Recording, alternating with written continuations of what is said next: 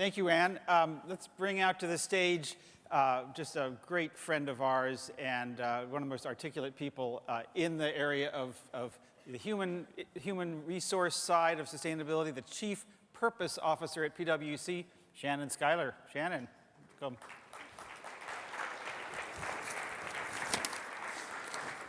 So, purpose. Yes. And don't make fun. He's been calling me porpoise in the back. I'm a marine mammal fan, so I just, it wouldn't be so bad to be the Chief Porpoise Officer. No, I've been called that once or twice already. Yeah. So. But why are we talking, this is a new track for us this year at GreenBiz. Why has purpose become a thing? Well, I think that there's a lot of people trying to find out how do we really get people engaged and motivated and make sure that our businesses are aligned to something bigger. And so when you talk about purpose, it's really about the reason why an organization exists. It's what's your North Star. It's what's really going to guide your interactions across your stakeholder groups. What are the things that bring humanity to your services? And we're realizing more and more that CEOs are focused on this. It's something that came out in our CEO survey recently. And it's something that people, and especially the millennials, are talking about. And so we got to figure out what that means.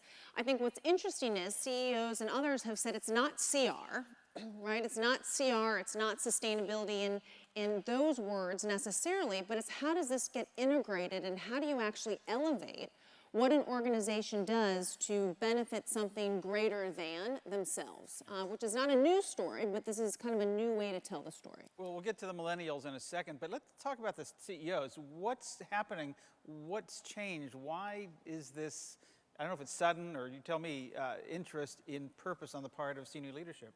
I think we've really seen over the past year or so that CEOs are really trying to get underneath the hood of what their organizations are doing.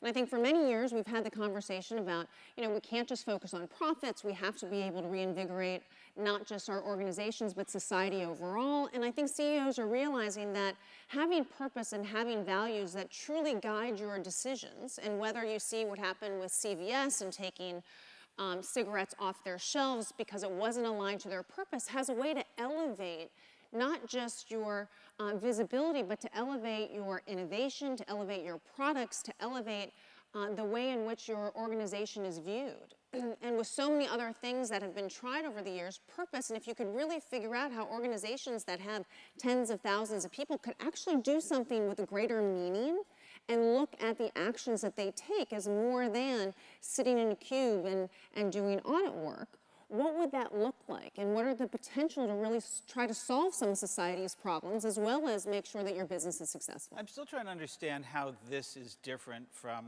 CSR, because companies for a long time have been talking about aligning their business with their values and using their company's, the power of business for good, and all kinds of things, and all incredibly well-intentioned and in many cases incredibly impactful.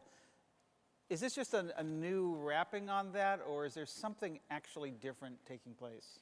I think what we're finding as CR and sustainability, and whether this is right or wrong, right, is something that's viewed that isn't necessarily embedded in the 8 to 5, 8 to 6 hours during the workday where our people are working. And it's something that's additive. It's something that, yes, you might have some groups that focus on it the majority of their day. But for the majority of companies, their workforce, when they get in at 8 and they leave at 6, their work in and of itself is not leading to anything that's a higher meaning than what they just think they're checking the box for that day.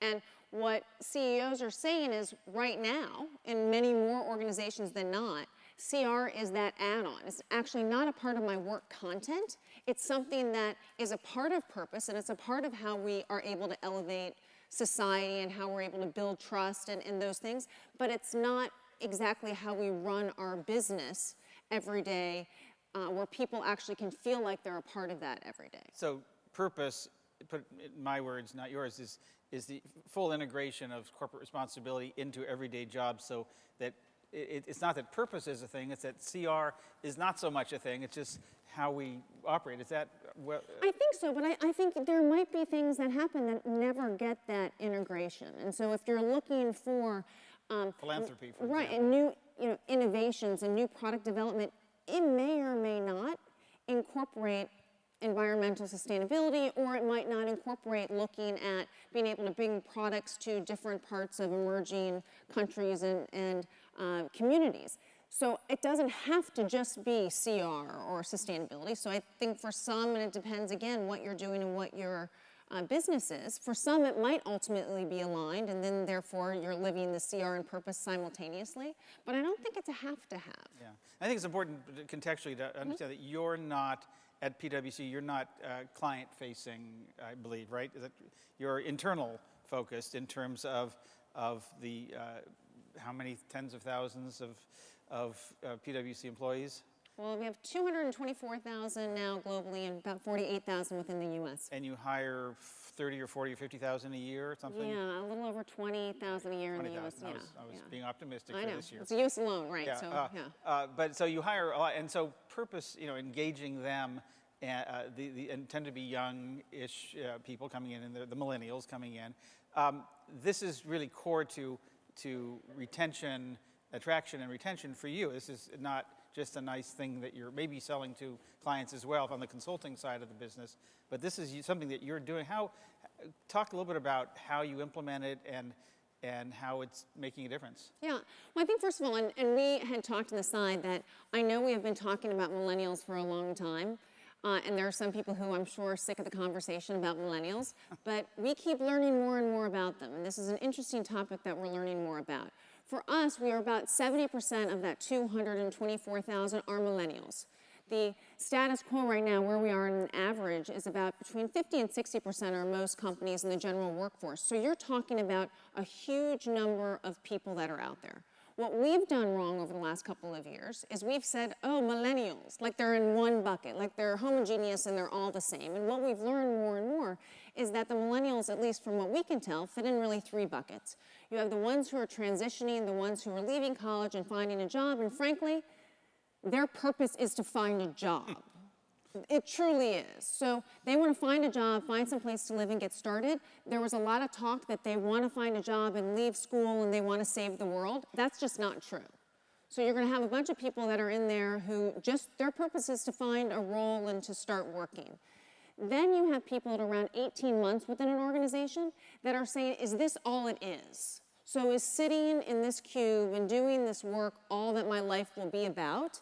And then they leave. A few people in this audience are in that same boat, I think. Yes. And that's why, the average tenure of a millennial at a job is 18 months. Because at 18 months, they're like, really? Like, this is all I got to look forward to? And they find a new role. Then you have millennials that have been in their job. You should put them in the reporting, and then they'll yeah, like I know. that other Then job. Right. For about 3 years, and they've found a way that they can talk about their own personal purpose. They have some idea and they can make their role purposeful, and they start to understand what the organization is really trying to do. The problem is, we have been communicating one message saying, oh, you guys all want to save the world? We'll help you figure out how to save the world. And they're not listening to those messages because they're not taking them in that way. And I think it's important to really break that group apart so that you can have more pointed conversations, whether it's about purpose, CR, or sustainability, because that's how you're actually going to make traction. And it was really interesting when Sully was going over the three kind of components. That's very similar, right? But you have to actually dissect this group to have those conversations, because talking about environmental sustainability to the millennials is different depending on which of those three groups that you hit. And we've been trying to communicate it the same and wondering why you don't have the pickup that you would assume, because everyone assumes that the millennials are really focused on environmental sustainability, but then they don't have the involvement that we think. Right, and of course, sustainability, even environmental sustainability, being so broad and varied from the birds and the trees and the whales to biodiversity to asthma in local communities. Absolutely. It is in itself. And so what do we really care about? What's the purpose of each individual's purpose and all that too? How do you suss that out? Well, I think part of it is having different types of conversations. And so the other thing that we realized is, and this will not be shocking to anybody here, the millennials communicate very differently than most corporations do. I'm sorry, what was that? Yeah, exactly. But the interesting thing is they don't just want we made assumptions, right? They just want to get everything through social media, and that's not true. They want important discussions, and especially discussions about their career progression, especially things around feedback they want in person, which kind of threw us for a loop because we thought, oh, we could just do that as well online. But no, they want all those discussions in person. But they want to be able to have other discussions when they want it. And so it's really being able to go where they are and having those discussions. And we were having somebody here today from Scratch who couldn't be here. We're talking about the different areas of social media that they are and really having to recreate that and create that within the organization to get to communicate 24/7 when they're ready to have it. But then to be able to also farm out what are the things they want to have in person. Because they're not as they're technology savvy, but they don't use that as a means to not have personal interaction. They use that as a means to have personal interaction with people who are sitting further away where normally they wouldn't necessarily be able to have that interaction with on a personal basis. Yeah, I was talking actually last night with Susan Hunt-Stevens from We Spire and talking about how they're learning about millennials that way, that they like to talk, so if I get this right, with their bosses and others a little bit online, but it opens up, they'll be more open to talking about things that they may not have talked about face-to-face, that then allows them to have a better face-to-face conversation that they might not have had if it was just face-to-face. Right. So it is that hybrid version that seems to be effective. Right. So is this a global view, or how is it different outside the United States? No, I think well, first of all, the millennials is really the same. It was interesting. We did a very large study, and other organizations have as well, on millennials globally. And the one thing is this trend is very much the same. And so you can look from different geographies and different, even minority groups, and the millennial trend seems to be where it is. I think from a purpose standpoint, it has become really interesting, especially when you're talking about organizations that have invested and are dealing a lot with crises, right? The refugee crises, dealing with Ebola, and trying to say, what is our role in this? What do we actually need to do? How can we use our service and expertise in a way that is innovative and really elevates who we are and makes our people proud of that because we're able to play a role in society that maybe we haven't shown before. But I think it also is something that's scary, right? Because as much as what organizations do and say that's because of who we are and that's our purpose, when that doesn't go well and something goes badly, people are quick to throw that in your face and to lose trust because you're not living up to what you've stated within your purpose. Yeah. So I want to get to some questions in a minute, but before that, we've got a room full of sustainability executives who are all about purpose in business. At least that's a big chunk of what they do. And think about, what are the implications for all of this in terms of how they might think differently or do things or engage internally differently? Well, it's interesting. We've started to look at, do we get away from using the word corporate responsibility at all because it is so tainted and it's tainted within a lot of organizations, and look more at this notion of responsible business leadership and what that would look like. And I think it's about how do you look at your products and services, how do you look at the industries and sectors that you're in and pick the ones that you feel can most naturally fit the goals that you're trying to get across. And so I think we can't help ourselves as a sustainability professional that we want all of our products and all of our services, and this should be embedded everywhere. Well, you know what? It's not going to be to the degree that you need it to be, so pick your points that you want to intersect and make that the way that product is solely delivered and the service. And that's not necessarily going to happen across all sectors. And so when we look at what are the things that we can deliver around, PwC has never had a crisis management practice, right? We've never had a food safety practice. But when we look across the things that we're able to provide from healthcare and supply chain, we can actually be a part of within our group helping to determine what that looks like, right? That's not a CR function. A CR function has never been thought of, at least within our organization, of how can we actually help to create and develop and get the business case for and determine the pricing models for huge global products and services. And so that's why we're saying, well, then don't look at us as CR, look at us as kind of responsible business leadership, and let us help you figure out what could actually be done in a revenue generating way that elevates our status of being kind of, CR warm and fuzzy, and get us to be able to help many more people through a practice like that. And then suddenly you get the credibility that you're not just trying to do philanthropy and you're not just trying to do smaller environmental products, but we're really changing the way the firm is able to grow and attract people who want to be able to work in those types of businesses. Let's turn to my millennial colleague, Lauren Hepler. Lauren? Hi. We are getting some buzz about the concept of purpose washing, or sort of how you tap into something that will be interpreted as genuine. Any tips on sort of measuring or better quantifying something so abstract? Yeah, I think first of all, I do get concerned with organizations and the talk of, this is our purpose and we're completely living it now. I mean, purpose is a journey, right? If this is kind of the North Star that guides your actions, that's something that's going to continue. That's not something that just one day you wake up or you say, we're never going to make an error around that. I mean, there's a lot of things, and we're amazed. We've had different issues where in one part of the world, we're focused on something around obesity, but that's in contradiction to something that we're doing in another part of the world. And people could say, well, that's against your purpose. Well, no, we're on a journey. We're trying to figure out what this looks like. We're trying to have the conversation about how do we actually build trust in society in a very complex global organization. And I think that gets you past the thought of, no, it has to be right every single day, because it's not going to be right every single day. Do you think most companies know their purpose? I mean, there's companies, that make things, Internet of Things companies, sensors and data companies, companies that make building products that are maybe not the centerpiece of a building, but are incredible components, or things. Do they all, and thousands and thousands more, do they all know what their purpose is? Do you get a sense that they get that? No. So that's not at all. fundamental to this. Right. I mean, so you have handfuls of companies that have a stated purpose, whether or not that's really been activated within their organizations kind of remains to be seen.